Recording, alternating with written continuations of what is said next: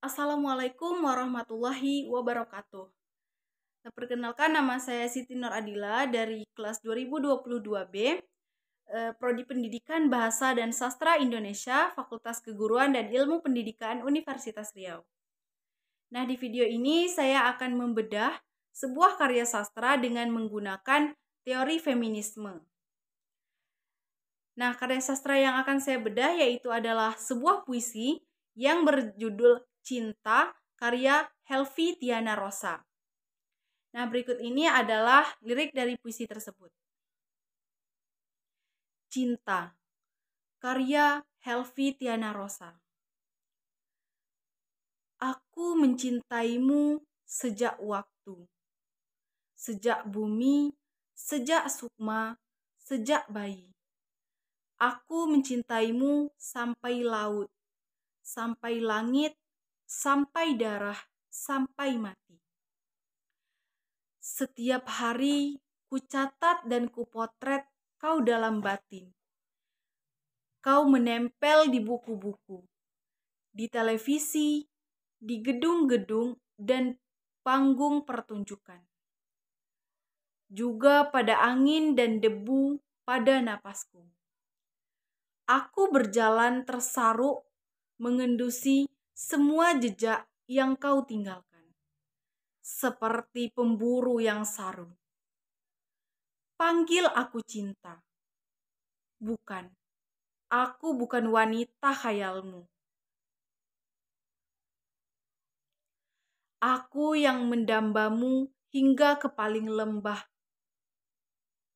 Apakah kau percaya pada ada dan tiada? Sebab aku mungkin ada. Sebab aku mungkin hanya tiada. Sepotong diam yang tak henti mencintai hingga penghujung senja.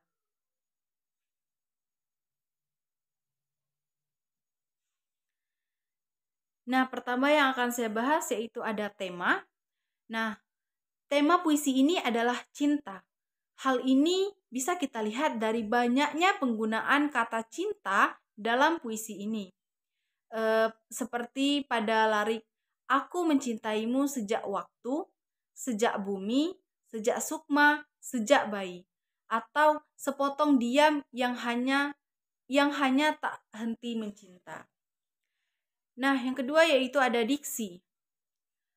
Diksi yang digunakan penyair dalam puisi ini sangat indah dan tidak biasa.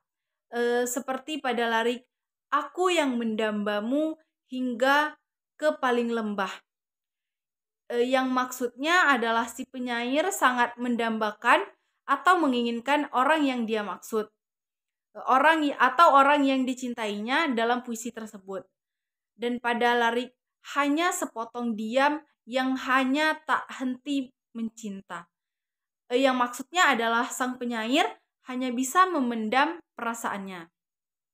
Nah, selanjutnya yaitu ada gaya bahasa. Gaya bahasa yang dominan dalam puisi ini adalah hiperbola atau berlebih-lebih. Bisa dilihat dari lirik pertama dan kedua, aku mencintaimu sejak waktu, sejak bumi, sejak sukma, sejak bayi. Dan aku mencintaimu sampai laut, sampai langit, sampai darah, sampai mati. Yaitu adalah sangat berlebihan. Yang ketiga yaitu yang keempat yaitu ada rima dan irama. Nah, dalam puisi ini penyair tidak menggunakan rima seperti a atau ab. Nah, puisi ini tidak terikat rima. Namun di beberapa tempat puisi ini memiliki irama seperti pada lirik pertama dan kedua dari puisi tersebut.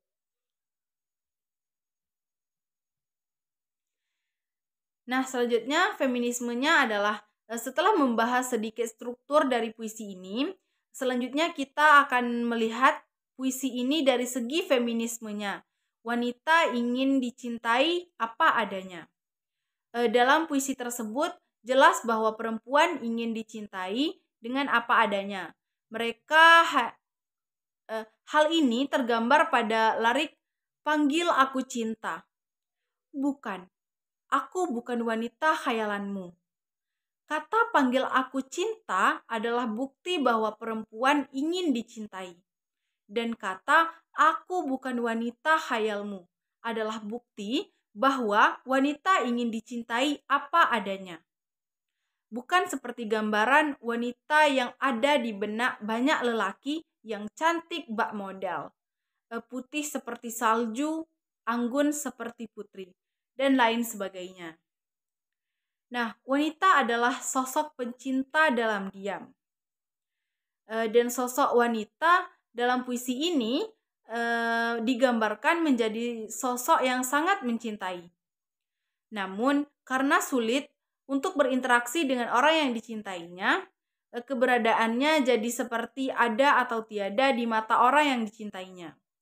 Nah, hal itu dikarenakan kebanyakan wanita mencintai pria hanya dalam diam atau tak berani mengungkapkan.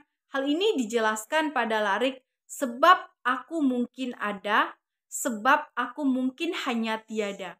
Sepotong diam yang hanya tak henti mencinta. Nah, di Indonesia rasanya tabu atau gengsi jika wanita yang menyatakan cinta terlebih dahulu. Kebanyakan wanita di Indonesia beranggapan bahwa menunggu memang sudah kodratnya wanita dan menyatakan cinta memang sudah kodratnya laki-laki. Nah, tradisi seperti itu yang membuat kebanyakan wanita lebih memilih untuk diam saat mencintai seorang lelaki. Meskipun begitu, wanita selalu teringat oleh orang yang dia cinta dimanapun dan kapanpun. Hal ini tergambar pada lirik, setiap hari kucatat dan kupotret kau dalam batin. Kau menempel di buku-buku, di televisi, di gedung, dan di panggung pertunjukan. Juga pada angin dan debu pada nafasku. Sekian yang dapat saya jelaskan. Saya mohon maaf apabila terdapat banyak kesalahan dan kekurangan. Sampai bertemu di video saya selanjutnya. See you. Assalamualaikum warahmatullahi wabarakatuh.